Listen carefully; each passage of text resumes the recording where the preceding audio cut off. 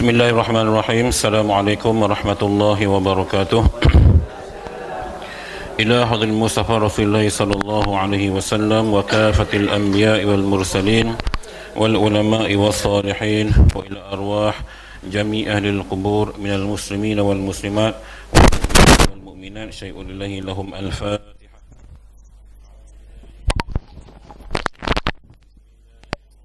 Bismillahirrahmanirrahim. Alhamdulillahi rabbil alamin arrahmanir rahim maliki yaumiddin iyyaka na'budu wa iyyaka nasta'in ihdinas siratal mustaqim siratal ladzina an'amta 'alaihim ghairil maghdubi 'alaihim waladdallin. Amin. Alhamdulillah summa alhamdulillah alhamdulillahi rabbil alamin wassalatu wassalamu ala ashrafil anbiya'i wal mursalin wa ala alihi wa sahbihi ajma'in. Subhanaka la ilma lana illa ma 'allamtana innaka antal alimul hakim. Rabbi shrah li sadri wa yassir li amri wahlul 'uqdatan min lisani yafqahu qawli. Allahumma yassir umurana wa la tu'assir, Rabbi yassir wa la tu'assir, Rabbi tammi bil khair. Amin ya rabbal alamin. Alhamdulillah, tuan-tuan dan puan-puan muslimin dan muslimat yang dirahmati Allah Subhanahu wa taala. Pertama dan utamanya marilah sama-sama kita menzahirkan rasa kesyukuran kita kepada Allah Subhanahu wa taala di atas segala limpahan nikmatnya kepada kita pada hari ini sehingga ke hari ini ya dapat sama-sama kita hadir ke dalam majlis ilmu kita yang sudah pun kita jalani sudah sekian lama, dan kini sudah pun saya rasa mungkin tak lama lagi kita akan khatam kitab ni insya-Allah. Baik. Ya, sebab tulisannya pun kecil-kecil, rapat-rapat, lambatlah. Lambat. Okey. Baik. Sebelum kita mulakan sambung kita punya topik tentang nusyus, saya nak share sedikit ilmu. Baru ni hari Ahad saya menghadiri satu seminar di Hotel Everly Putrajaya. Seminar berkaitan minyak zaitun yang dibentangkan oleh pakar-pakar minyak zaitun yang memang ada PhD. So pembentang semuanya berkurusan PhD yang memang dalam bidang dewan lah, kajian termasuk minyak kelapa sawit. Jadi saya nak kongsikan ini, mungkin selama ini kita termasuk saya lah menerima info yang tidak tepat tentang minyak zaitun, dan yang akhirnya kita pun makan gitu je lah sebab tak tahu. Dalam seminar sehari itu sampai pukul 4, saya bentang yang ujung sebab saya bentang bahagian penggulungan kesimpulan daripada semua yang diucap oleh doktor tu. Jadi rupa-rupanya di dalam pertandingan minyak zaitun sedunia yang dibuat di seluruh dunia, di New York, di Jepun, di mana-mana, dia ada dua ujian rupanya. Satu dipanggil ujian dari rasa dan bau, yang kedua dipanggil ujian chemical test. Kita hari ini hanya tengok ujian chemical test, iaitu berapa dia punya acidity, berapa kandungan polyphenol, berapa kandungan oleic acid, berapa kandungan bla bla bla. Tapi yang ujian dipanggil dalam term sains dia, saya lupa dia punya term dia tu, ujian deria rasa dan bau, iaitu melibatkan cium bau zaitun tu. Pakar-pakar yang terlibat kurang-kurangnya 12 orang, international lah, level international. Mereka ni tuan-tuan cium, dia boleh tahu minyak zaitun ni asli tak asli, campur minyak seorang ke, minyak gerik ke berapa. Punya hebat kepakaran ni. Jadi kami hari itu diberi 7 jenis minyak zaitun. Semua peserta 7 jenis minyak zaitun dalam botol kecil itu. Kami kena buat ujian deria rasa dan bau. So mula-mula semua kena cium bau minyak zaitun. So kami beri pendapat lah, ini asli tak asli, ini extra virgin ke, ini virgin ke, ini lampate ke, sebab dia ada 3 grade. Satu extra virgin, yang kedua virgin, yang ketiga lampate. Lampate ni minyak yang biasa ada penyala lampu, minyak yang jarang orang guna lah. Kalau orang-orang Arab tu dia buang gitu je. Biasanya dia hantar ke Malaysia lah, kat Asia Tenggara.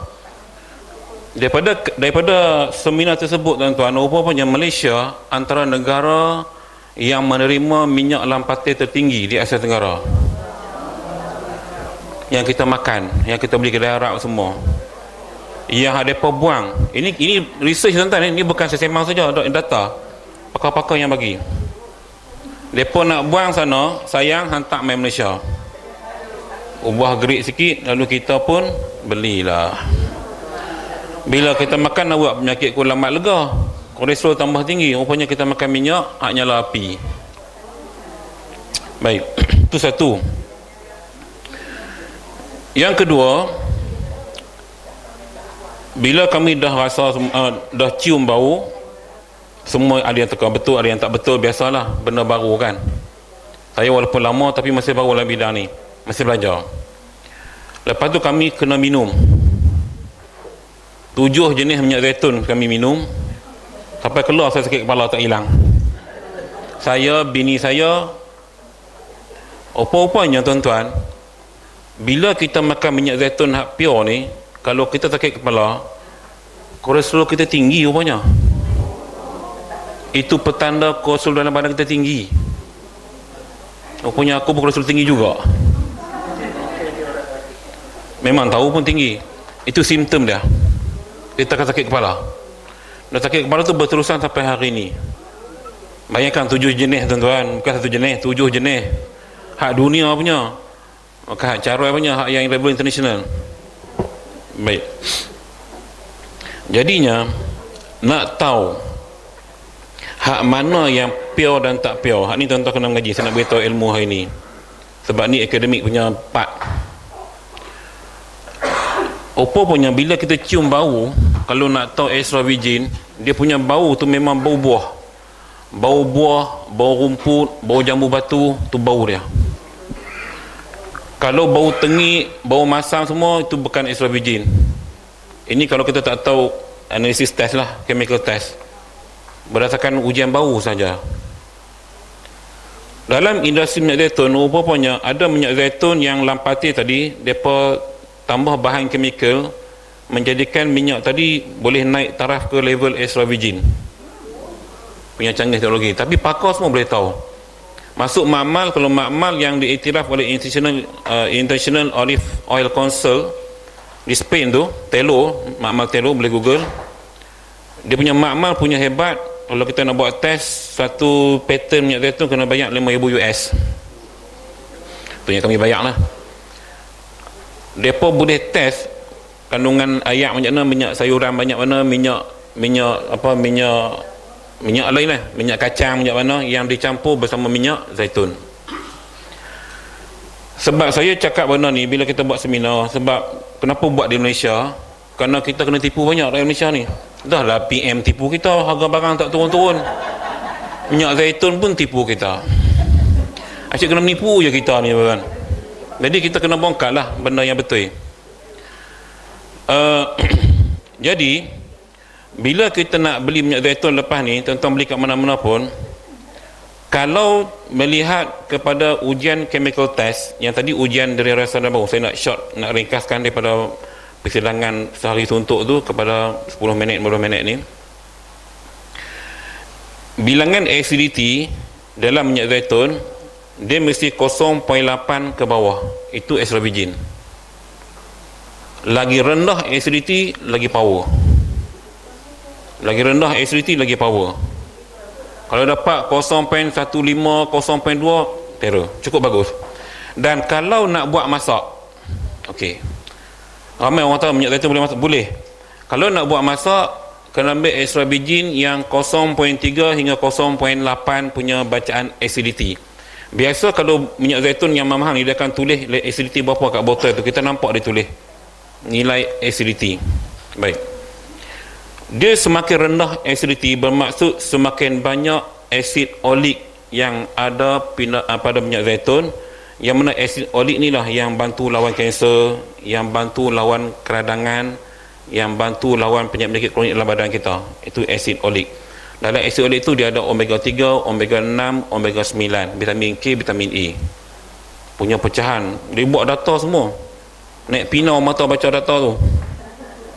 Tapi itulah hakikat kajian dia buat. Dia nak bukti bahawa dia bukan cerita apa tuan-tuan. Sebenarnya bila kajian tu dia buat, dia nak membenarkan sabda Nabi yang Nabi sebut kulu az-zait wadahinu bih, yang Nabi sebut makanlah kamu minyak zaitun dan berlumulah dengannya, fa innahu min syajaratin mubarakah, maka sesungguhnya ia daripada pohon yang diberkati. Nak buktikan kebenaran Nabi sebut tu, ni dia kajian baru jumpa lah ni, baru nampak. Yang buat kajian Mak Saleh, termasuk orang Islam kita ada juga lah. Nampak tak? Jadi semakin rendah acidity, semakin tinggi oleic acid dan semakin tinggi polyphenol dalam minyak zaitun. Maka yang nak buat masak, tuan-tuan ambil yang extra virgin yang bacaan acidity antara 0.3 hingga 0.8. Kalau bawah 0.3 itu untuk makan.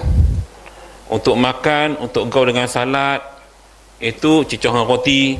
Sebab tu orang Arab tuan-tuan, kalau orang Morocco, saya nak pergi pula bulan 11, bulan 12 saya nak pergi pula.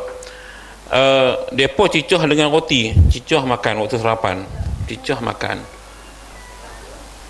Patut kita rasa yang saya kata kita kena tipu, yang sebelum ni bila kita makan minyak zaitun, kita bau kita tak boleh telan. Sebab kita bau minyak yang bukan asli. Tu cerita dia. Yang tuan-tuan kata awak tak boleh nak telan, rasa perik, rasa terik, rasa pengit, rasa macam-macam. Rupanya kita makan minyak hak mai ke Malaysia, hak carai. Hak mahal memang 100 ke atas harga dah. Jadi tuan-tuan bila rasa hak pure yang bau rumput, bau jambu ni, bau makan sedap. Rupanya hak ni asli. Jadi hati-hati bila kita nak membeli minyak zaitun dan nak mengamalkan. Dia bukan apa tuan, kadang-kadang mungkin kolesterol tu boleh turun, tetapi penyerapan tu lambat. Kalau yang pure extra virgin, mungkin penyerapan tu mungkin 2-3 hari dah serap.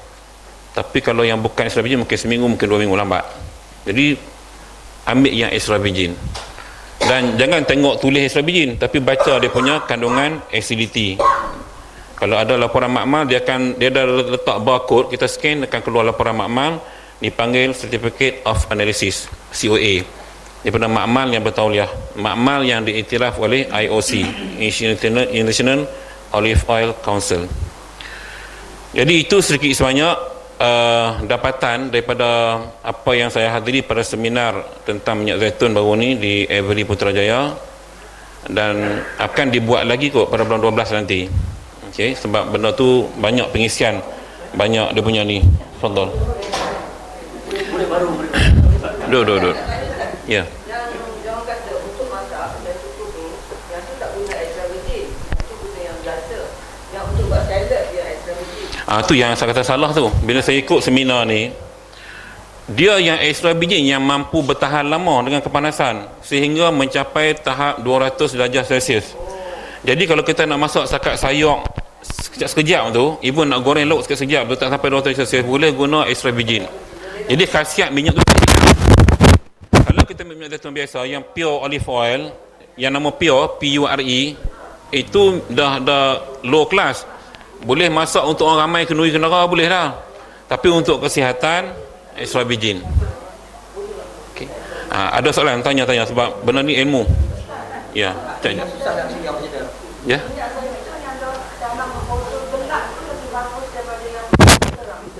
Itu signifikan bahawa minyak zaitun tidak boleh terdedah dengan kepanasan. Maka sebab itu diletakkan dalam botol gelap. Karena bila terdedah dengan kepanasan yang terlalu lama, ia boleh menyebabkan khasiatnya berkurangan. Sebab itu yang original extra virgin semua diimport ke Malaysia menggunakan kontainer sejuk. Kalau kontainer panas memang boleh makan gitu-gitu je lah. Untuk lawah berak boleh. Tapi nak lega jantung, macam saya cerita, tak tahu saya cerita ke tak baru ni yang saya kena jantung, saya kena heart attack baru ni. Ada kan? Jadi itu antara bila kita makan yang asli, dia macam orang operate tu, syuk, hilang. Sakit tu hilang. Okey, soalan lain tadi?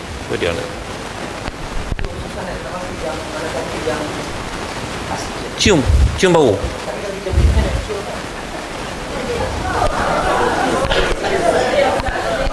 Baik. Yang saya tahu, setiap kedai yang jual minyak zaitun, dia mesti ada satu botol untuk tester. Kena minta tester. Okey. Kalau kita tak boleh cium bau, minta laporan ujian makmal, dia panggil COA. Setengah-setengah dia akan letak barcode, kita scan je. Kita dapat tengok berapa kandungan acidity. Yang penting tengok acidity ataupun tengok oleic acid berapa. Kalau oleic acid tu lebih 50 ke atas, kira okey lah. Ya, tu grade dia tu.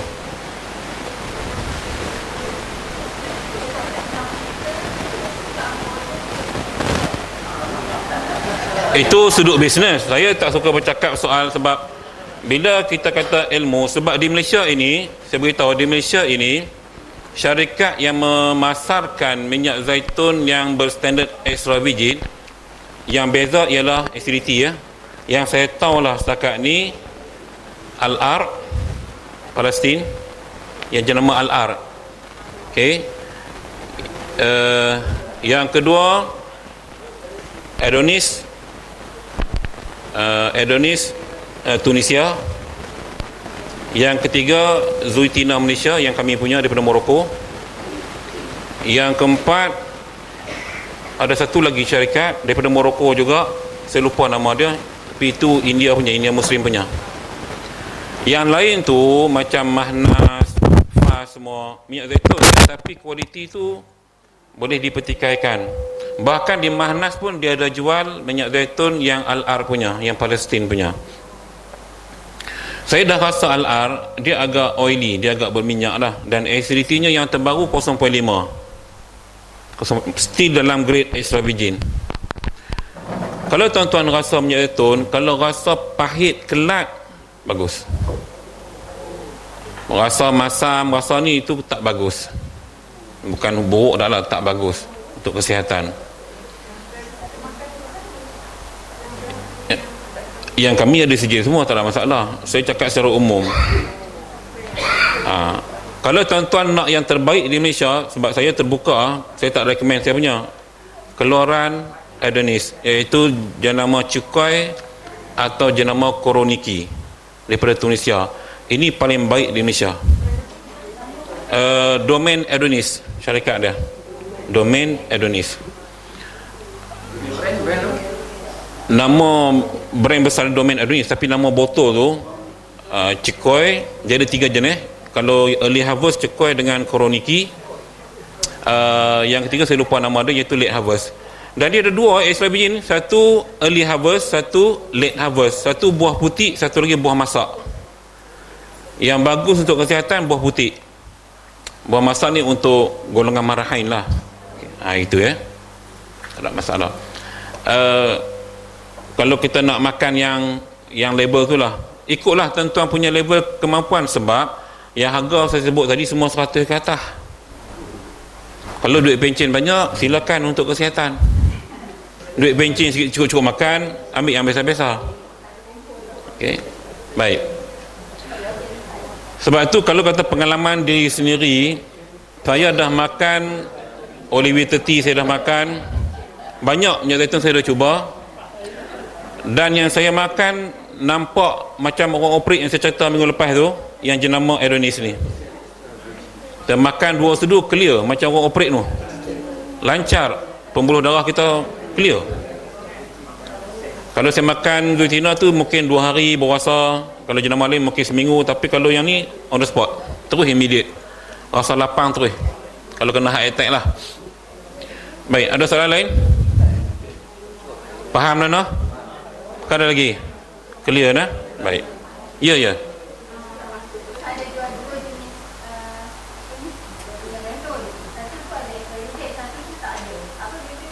Satu ada apa? Okey.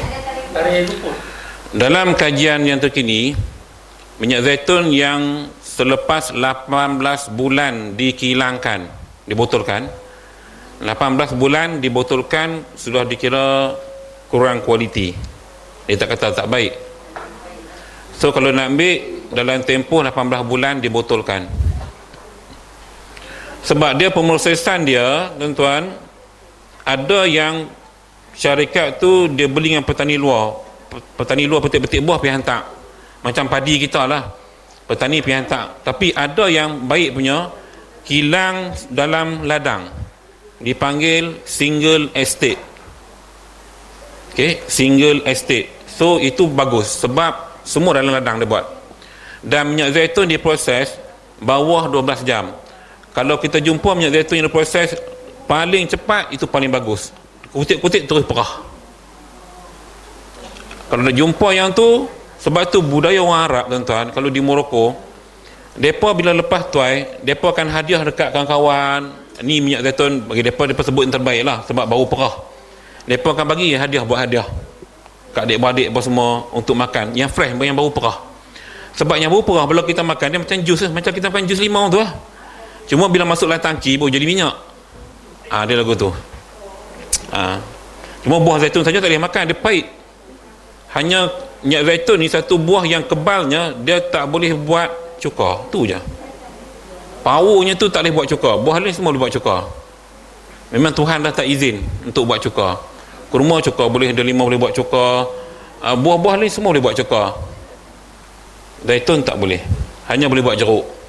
Tu pun kena peram dalam tanah, dalam tangki dalam tanah dalam 12 bulan, 15 bulan baru jadi jeruk yang kita makan, jeruk tu yang masam tu. Tu boleh buat jeruk. Tapi khasiat dia tu tak banyak lah berbanding dengan minyak. Sebab minyak, sebab itu kalau kita lihat Nabi suruh kulu, Nabi tak sebut isyrabu. Kulu kan makan. Kita pelik pasal minyak kena makan. Rupanya bila dia ada khasiat yang terlalu banyak, maka istilah tu tukar jadi makan. Ayak minum, itu beza dia. Okey. Dia isunya musim Mediterranean. Negara yang Saudi tak ada, baru tanam sekarang di bumi Saudi, di kawasan Juhfah ke? Juhfah adalah tempat yang kita niat ihram untuk orang yang main daripada sebelah barat sana. Di kawasan Juhfah sekarang Saudi mula tanam zaitun beribu-ribu ekar. Saudi tak ada zaitun tuan-tuan, dia kurma ya banyak. Jadi kalau kita orang hujah atas data sentimen, kata ambil lah minyak yang berkat macam daripada Palestin kan, Al-Ard. Saudi pun bumi Haramain lagi, ada Mekah Madinah pun tanam zaitun. Jadi sentimen soal tu tak payah fikir, dia kena tengok soal kandungan berapa nilai nutrisi yang ada dalam minyak zaitun tu. Tu je. Okey. Baik, dah kau no? Jelas nah? Tak jelas tanya kemudian. Okey, kita masih membicarakan topik nusyuz. Ulang balik, bila laki bini bertengkar, cerita mudah, atau bini buat haid, buat perangai, Islam ajak beberapa cara. Ni untuk ulangan minggu lepas.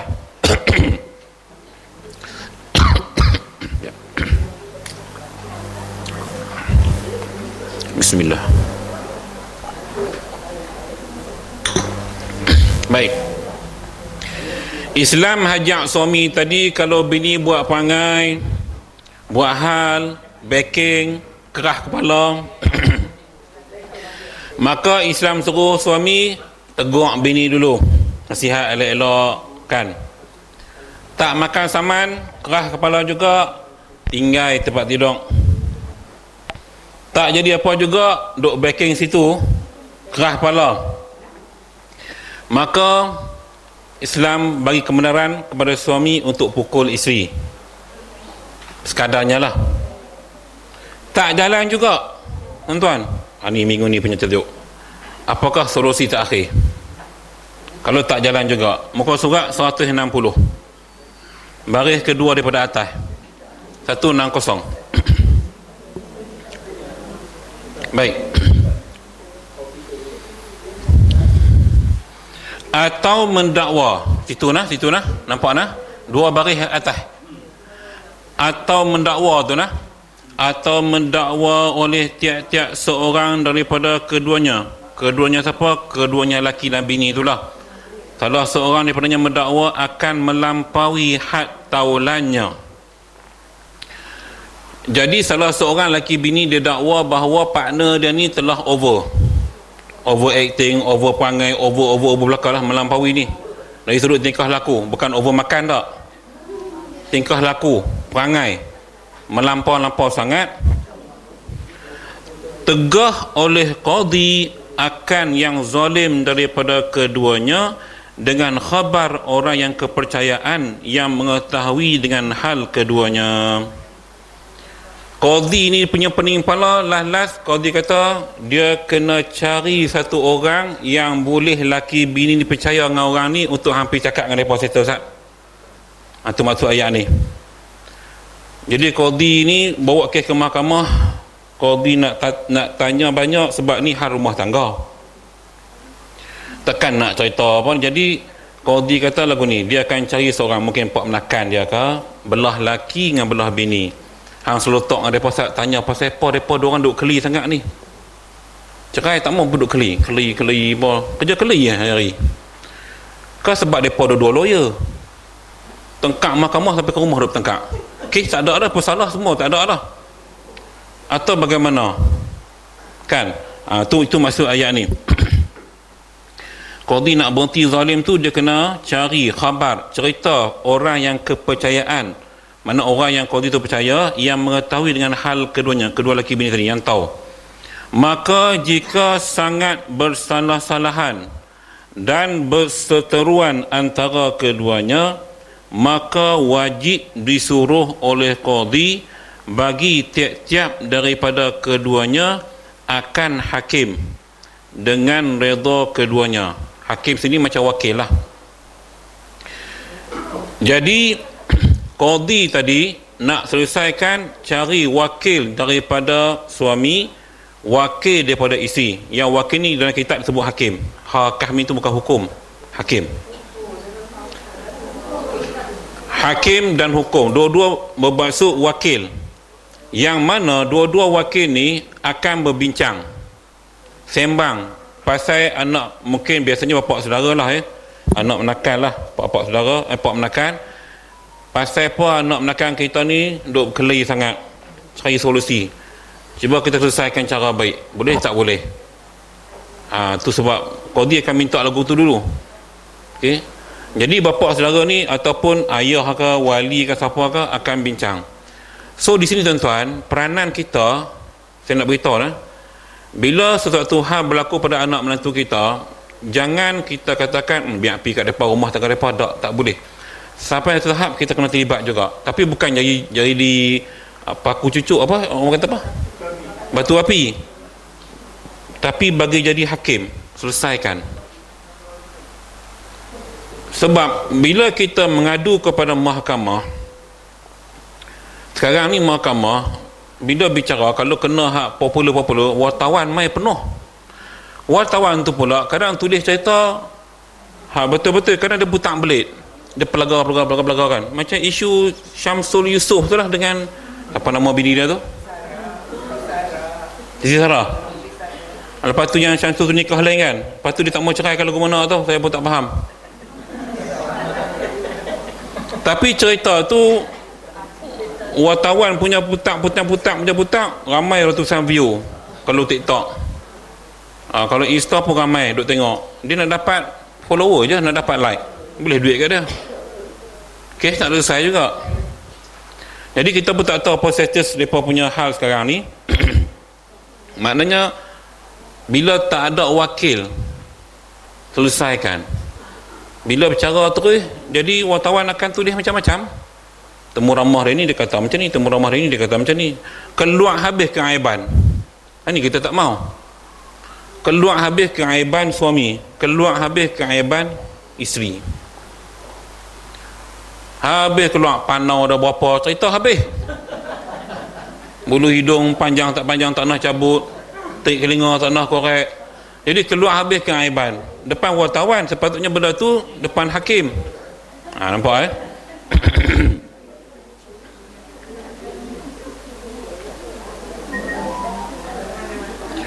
supaya menilik keduanya, kedua-dua wakil tadi pada pekerjaan keduanya, laki bini tadi, dan didamai.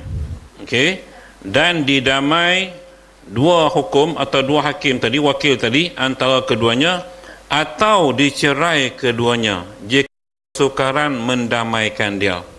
Nampak?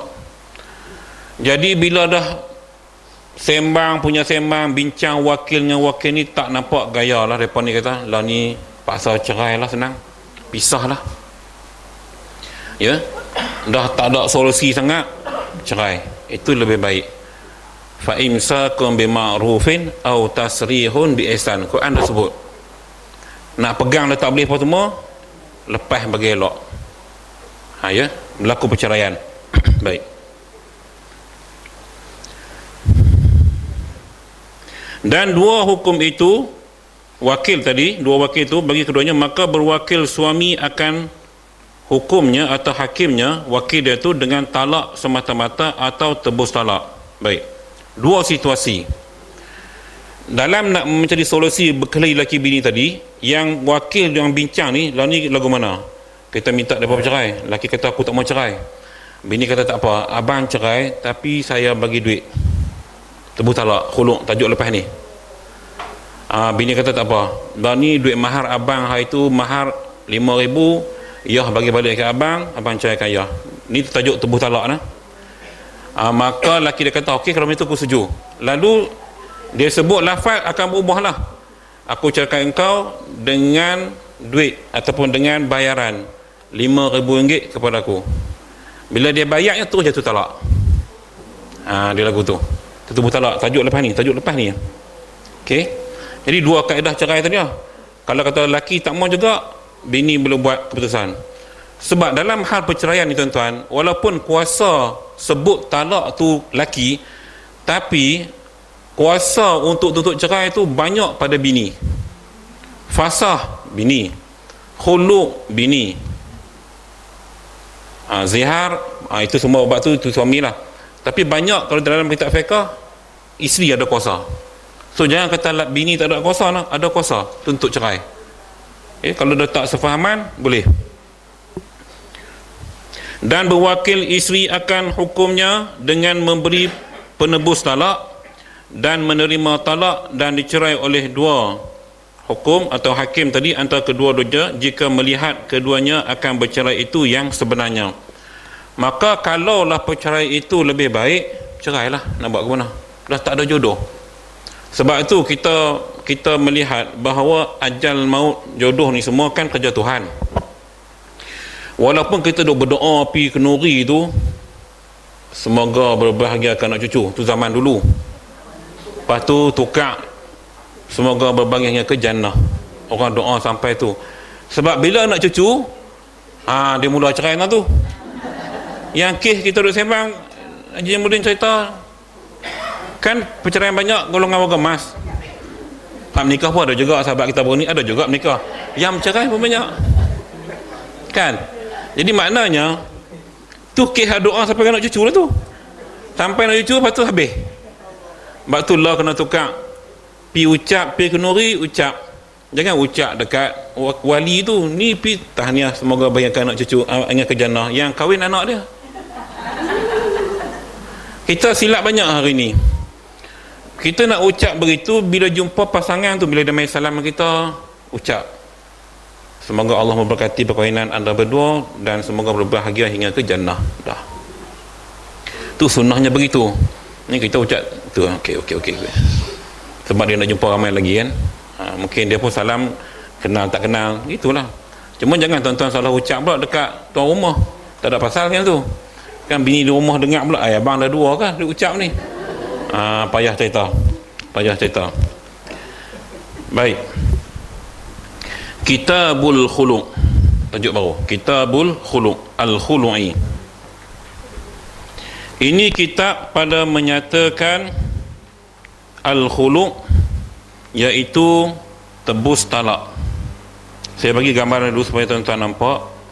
Mungkin benda ini agak baru bagi kita yang duk mengaji selama ni kat masjid dan surau, kerana jarang diajak oleh ustaz-ustaz dan ustazah-ustazah.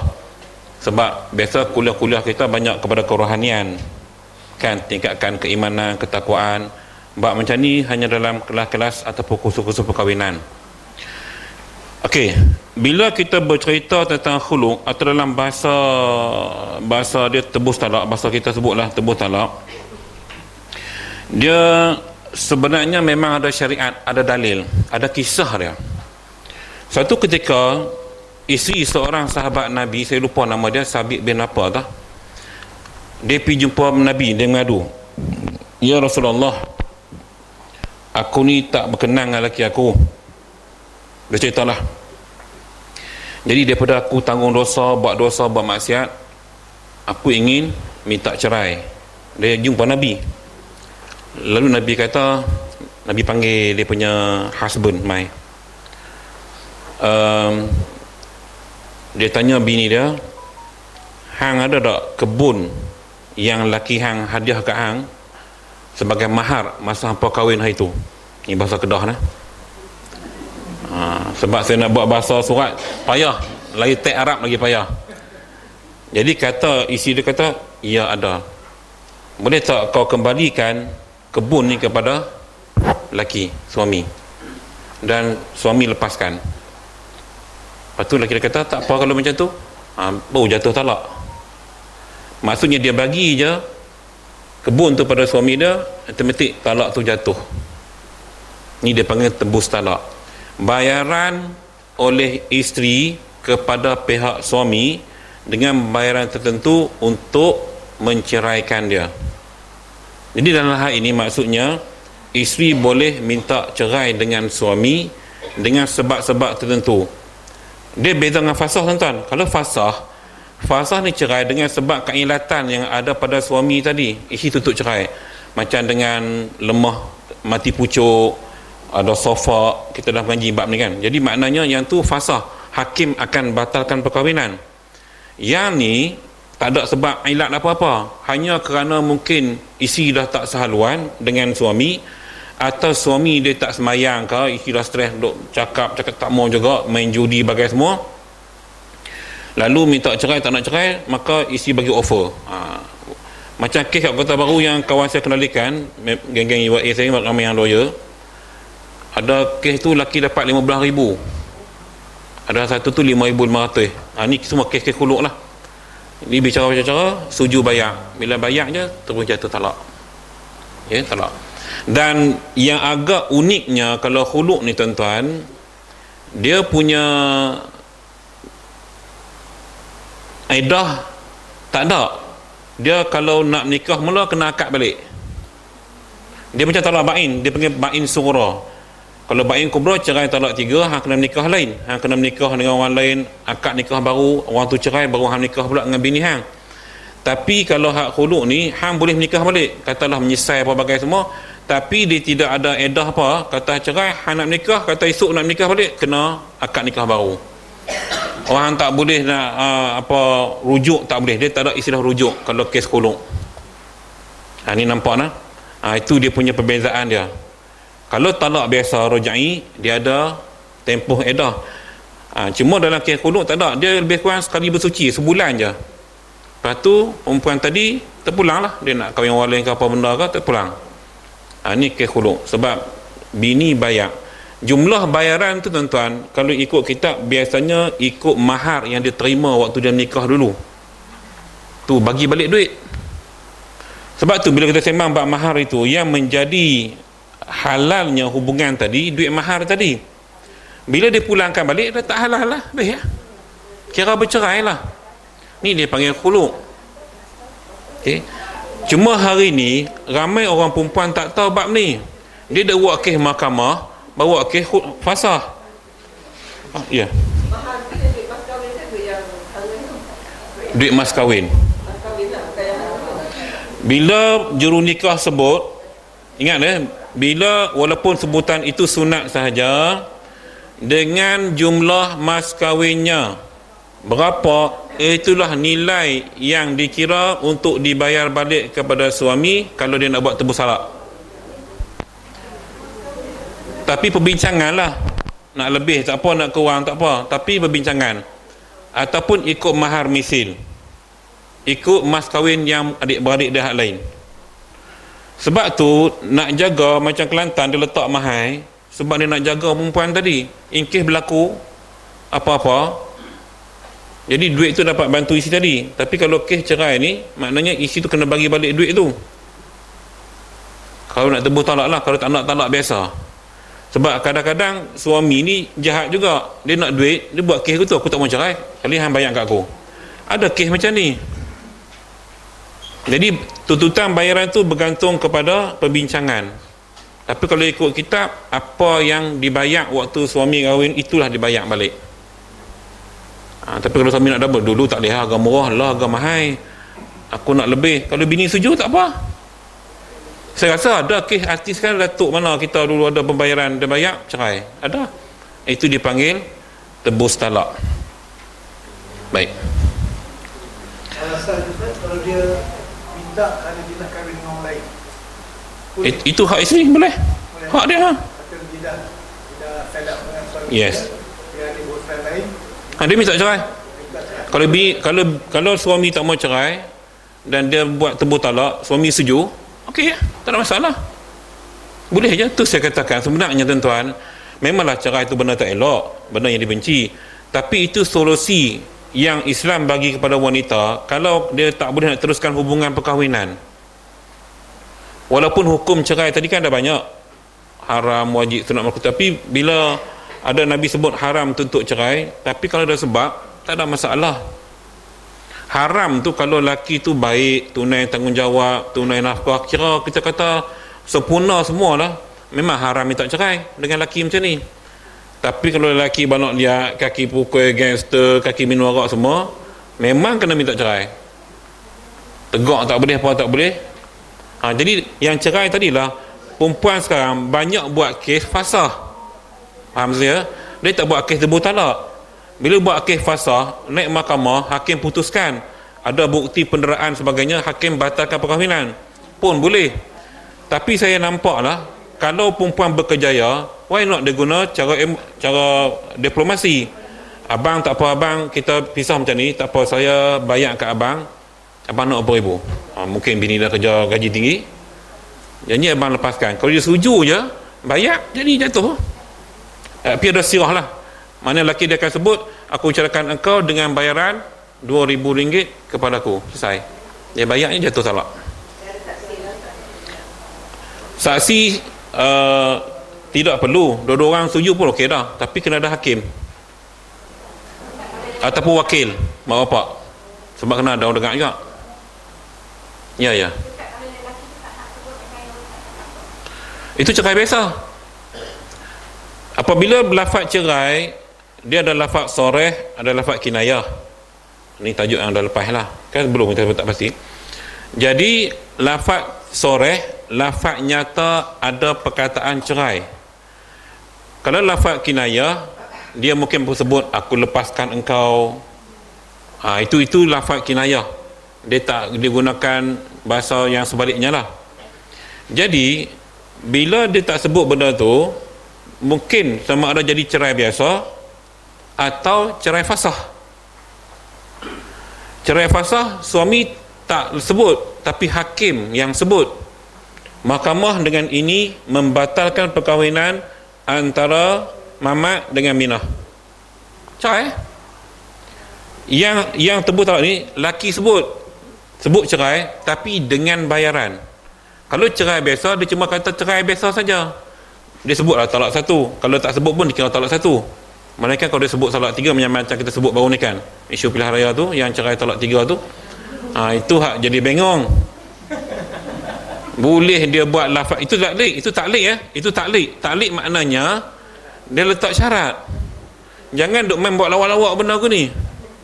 Kan yang kes yang kita sembang minggu lepas, dia tulis dalam media sosial, kalau PMX masih berkuasa berbanding 8, maka isi aku tertalak dengan talak 3. Dia tulis terus.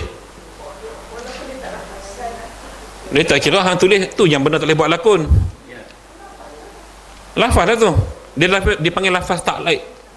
Dengan tergantung bila berlaku benda tu bulan 8, PMX masih berkuasa, bini dia yang dia menikah 26 tahun jatuh talak 3. Dan ini pandangan semua pakar perundangan Malaysia sebut benda tu tak boleh tarik balik. Maknanya valid. Jangan main-main. Maka sebab itu dalam Islam orang lelaki dia kena fikir sewarah-warahnya sebelum menyebut benda-benda yang agak sensitif dalam hal rumah tangga. Kena ia berlakon pun jadi, tak berlakon pun jadi. Memang Nabi sebut betul-betul. Cuma undang-undang Malaysia ni dia kena ada hakim lah, kena putih di mahkamah. Ya, ada saksi yang mendengar. Baik. Rukun bermula, rukun khulu' itu 5 perkara. Tapi biasa banyak kita fiqh mazhab Syafi'i 4 je ya. Tapi sini dia sebut 5 lah. Pertamanya yang melazimkan harta iaitu isteri.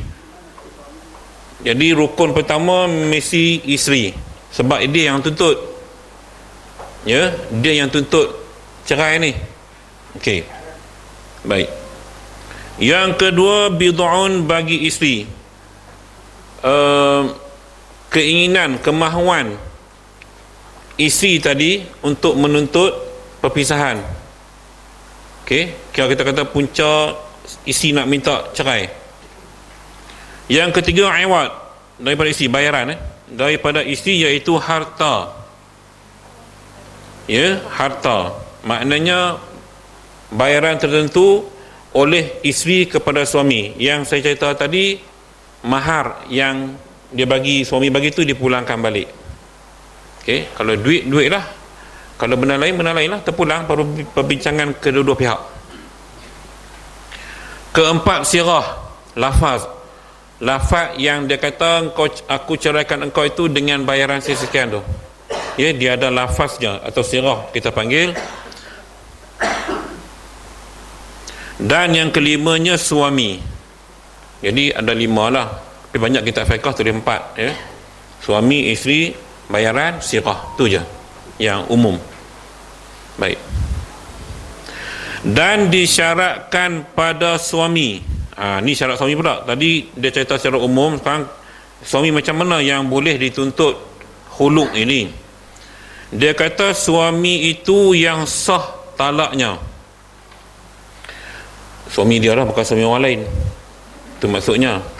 Sebab sah talak ni oleh suami pada isinya saja, bukan pada isi orang lain. Sebab itu dalam lakonan dinasihatkan oleh pakar-pakar agama, kalau pengarah-pengarah nak buat filem, dia akan rujuk yang ahli agama. Seboleh mungkin ahli agama minta jangan berlakon laki bini, carilah pasangan lain, dibibangi. Kalau ada dialog-dialog yang menyebut benda tu, bahaya. Jadi suami orang lain lah, okay, berlakon. Ni kalau berlakon lah. Baik, takut benda ni berlaku, maka sah daripada sahaya. Jadi suami betul ataupun hamba sahaya yang berkahwin, okay, dan yang dihajarkan atasnya dengan sifih, yang ditegah ke atasnya dengan sebab kebodohan dia. Hajarkan tu ditegah. Kalau kata suami ni bodoh, tak reti nak belanja duit, tak reti nak belanja harta, tu masuk safihun. Dia ada banyak tuan-tuan istilah bodoh ni. Macam kita lah, ada bodoh, ada bangang, ada bebal. Macam bahasa Melayu juga. Bodoh piang. Arab pun dia ada. Dia ada term dia. Jadi safih ini bodoh dari sudut menguruskan harta keuangan. Macam pak pandai kan, suruh beli ni lain dia belinya begitu. Bodoh macam tu lah. Bodoh piang kau, orang kena kata bodoh piang.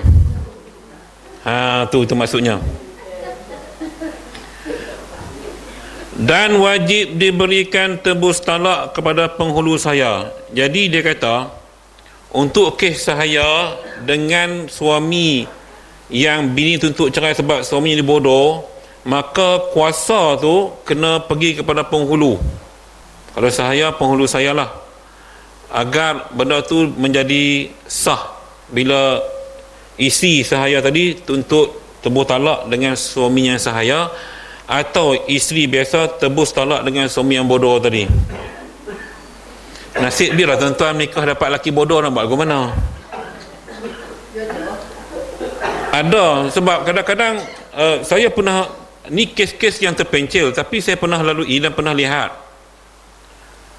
Di hari pertunangan, waktu mai bukan minang lagi, waktu mai meresik lah kita katakan, laki dia ni kerja padi biasa ya, kira sawah padi, tapi dia pandai pergi pinjam kereta Honda Accord kawan dia, mai rumah ni. Nak tahu bodoh ke cerdik saya pun tak tahulah, yang bodoh mungkin perempuan lah kot. Jadi pi merisik lah. Jadi mak perempuan pun kira berkenan lah, bagusnya kan, ada kaya ni, ada kereta Honda Accord. Lepas itu minang, terimalah. Pasal apa? Masa merisik dulu dianggap berkebanyakan lah. Bila menikah, masalah silapnya pihak perempuan, dia tak pergi tengok langsung orang lelaki punya rumah, hanya percaya pada wakil. Jadi bila dah menikah baru tahu rupanya hak kereta Accord tu rumah sebelah dia aja, kawan dia, rumah dia buruk ya. Baik, berlalu perkahwinan, saya tengok kes ni di Kedah. Rupanya yang kata buat bendang tu sikit, nelayan yang banyaknya, penjatakan ikan ya, bot pun pinjam orang, apa semua pinjam orang. Jadi di sudut pengurusan kewangan memang nampak out. Sebab dia nelayan kampung biasa, bukan kita nak minat, tapi ni yang realiti cerita lah, yang saya ikuti kes ni. Jenis wali ikan jual terus tau. Orang main kat bot, dekat perahu kecil tu, kata udang, dia jual pula ikut bukan ikut harga ni tau, ikut suka dia. Banyak sedekah, jenis orang baik jugalah sedekah ni, tapi pendapatan tak seberapa, sikit. Kemudian balik pula duit tu kadang dia bagi kat bini dia, kadang dia tak bagi, kadang dia belanja beli rokok apa, habis gitu esok pergi kelup pula. Pendek kata, dia mencari itu setiap hari, tapi dia tak pandai manage kewangan. Maka dalam kes ini kita boleh simpulkan kebodohan itu seakan-akan yang kitab ni tulis. Maknanya kalau isteri nak tuntut khuluk sebab tak maulah, dah lah kena tipu Honda Accord satu, jadi menikah suami tak pernah cerdik bab-bab lagu ni, jadi susah, kehidupan makin susah, anak ramai yang akhirnya baru bercerai. Baru ni kes tu, anak pun tuan-tuan dah ada cucu, anak pun dah ada menantu, baru bercerai. Kes tu panjang sebab bini tak kerja, jadi bini tak boleh, maka anak-anak main peranan. Saya masuk campur juga kes ni. Jadi bila duk sembang, hantar wakil apa semua, akhirnya pujukan anak-anak, akhirnya ayah tu lepaskan mak dia. Cara baik lah, bukan khuluk lah, cara baik. Cuma Allah bukan terbaik lah. Cuma nak beritahu bahawasanya bini stres begitu lama duduk dengan lelaki ni kerana keuangan tak boleh pegang. Kadang dapat sikit, kadang duit habis beli rokok, main sabung ayam. Orang kampung dia lagu tu. Ini kes yang berlaku dalam masyarakat kita hari ini. Jadi maknanya kalaulah rujuk kepada keterangan tadi, isteri tadi dia nak tebus talak, maka dia kena ke penghulu atau orang yang wali belah lelaki tadi, mungkin boleh faham. Sebab kalau lelaki dia tak akan faham. Okay. Panjang kes tuan-tuan, dan baru bercerai baru ni, tahun lepas lah saya ikuti kes ni dan saya memang terlibat. Nampak ya? Ni bodoh keuangan, bodoh keuangan. Hajar ni istilah Arab sini ialah bodoh menguruskan keuangan, bukan bodoh buat pandai tu. Bodoh keuangan, dia tak pandai nak mengurus keuangan. Nafkah tu, kalau cerita senang, nafkah lah, nak bagi, tak bagi kau suka aku lah. Ada jadi passion tu. Bini dah tak kerja, kawan nak makan macam mana, nak beli lauk apa semua. Okey, dia macam tu.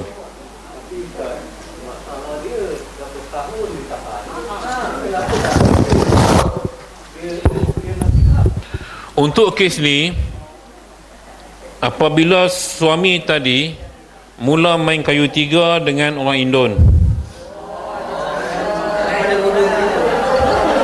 bodoh-bodoh cerdik,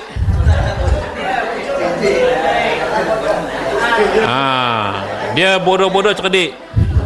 Tenang. Tetapi yang saya rasa rumit ni tuan-tuan, kerana saya terlibat kes ni, yang main pula bukan sebab keinginan suami, tapi disihir. Tu saya kata rumit tu, memang rumit. Ni hak jenis online ni, hak jenis saya pun tak tahu lah Facebook dia berkenan lagu mana. Katanya ceritanya lah naik mahkamah banyak kali dah. Memang suami tak nak naik mahkamah, isi je, jadi payah nak selesai. Sebab bila ada unsur-unsur makhluk gangguan, kita terpaksa buang dulu benda tu. Nak buang benda tu yang payah tu, sebab dia kena sihir. Jadi panjang ceritanya.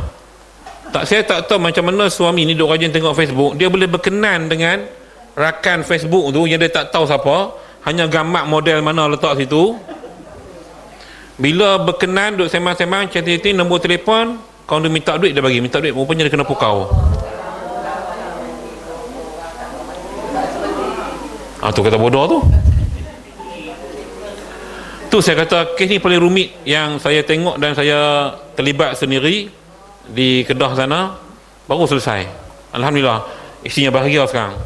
Sebab dah tak ada terikat kan, duduk dengan cucu, happy, sihat, elok, kalau tidak sakit macam-macam. Ini situasi yang dalam masyarakat kita hari ini yang berlaku, tuan-tuan.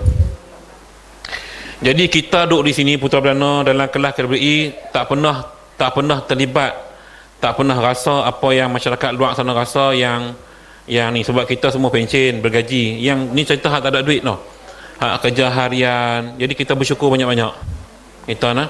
Jadi macam kami yang memang terlibat dengan kes ni, sentiasa jadi perunding, orang minta bantuan nasihat, memang selalu berhadapan kes macam ni. Kadang-kadang kita kesian, duit satu hai kan, nak banyak lawyer satu hai. So banyak benda lah yang berlaku masyarakat kita hari ni. Jadi dah pukul 11 tuan. Kata itu dulu, kita habis pada rukun tu, kita akan huraikan lagi pada minggu depan insya-Allah. Mudah-mudahan baik kepada Allah Subhanahu wa taala tidak baik itu dan kelemahan yang ada pada diri saya sendiri. Aqulu qouli hadza wa astaghfirullah li wa lakum. Assalamualaikum warahmatullahi wabarakatuh. Bismillahirrahmanirrahim. Alhamdulillahirabbil alamin wassalatu wassalamu ala rasulillahil karim wa ala alihi wa sahbihi ajma'in. Allahumma barik lana fi asma'ina wa absarina wa qulubina wa arwahina kull a'dha'ina في نفسنا وذريتنا وتب علينا إنك أنت التواب الرحيم. ربنا آتنا في الدنيا حسنة وفي الآخرة حسنة وقنا عذاب النار. وصلى الله على سيدنا محمد وعلى آله وصحبه وسلم والحمد لله رب العالمين. تقبل الله منكم.